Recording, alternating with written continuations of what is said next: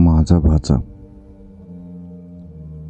नाव जरी घेतलं ना तरी चेहऱ्यावर आपसूक हास्य उमटतं.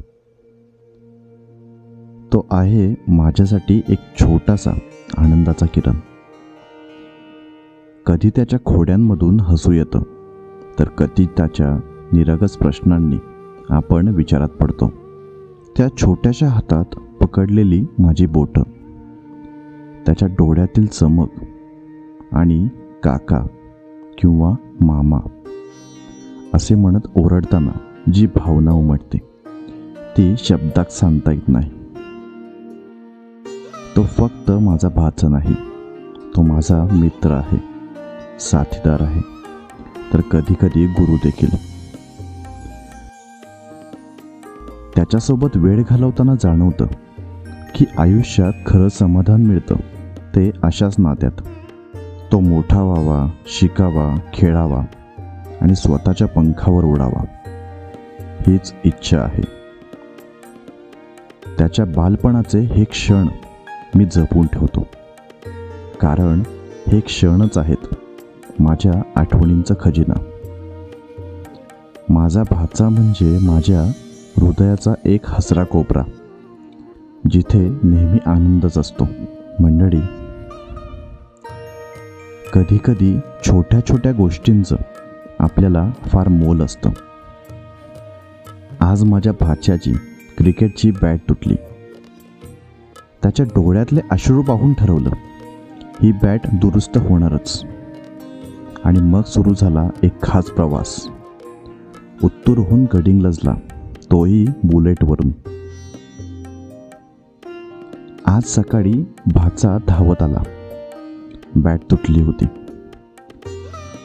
लाडक्या खेळण्याच्या दुखण्याने त्याच्या चेहऱ्यावरचं हसू हरवलं होतं. मग म्हटलं, चल ही बॅट दुरुस्त करून घेऊया, पण अगदी खास पद्धतीने बरं का. मंडळी, बुलेटवरून हा प्रवास छोटा असला तरी त्यामागचं कारण मोठं आहे. कारण ही बॅट आहे त्याच्या स्वप्नांची सुरुवात. आणि तुटलेली स्वप्न जोडायचं काम मला करायचं आहे.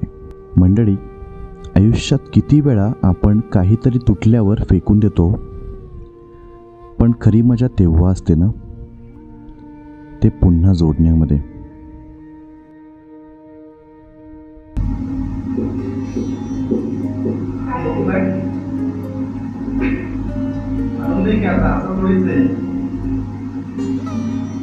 आपण केलं कधी आणि हे कोणी केलं?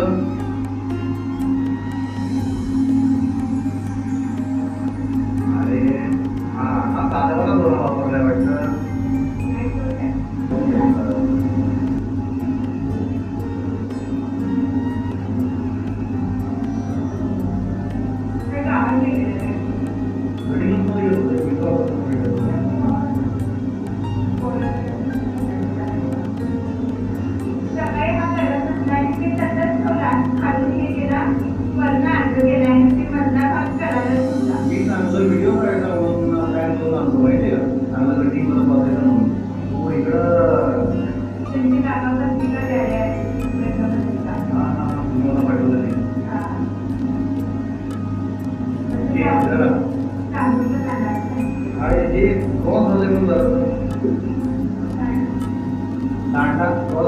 काय समोर होतो ना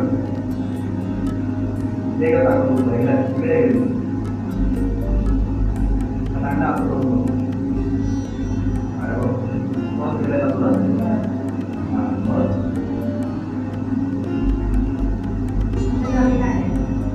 नाही तात्पुरता खेळ त्याच्यावरती. तात्पुरता खेळ झालाय ना,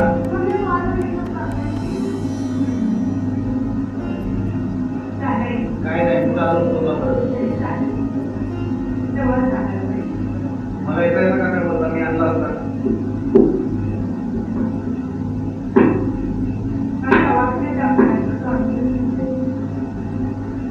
मग आवाज तुझा हे ना.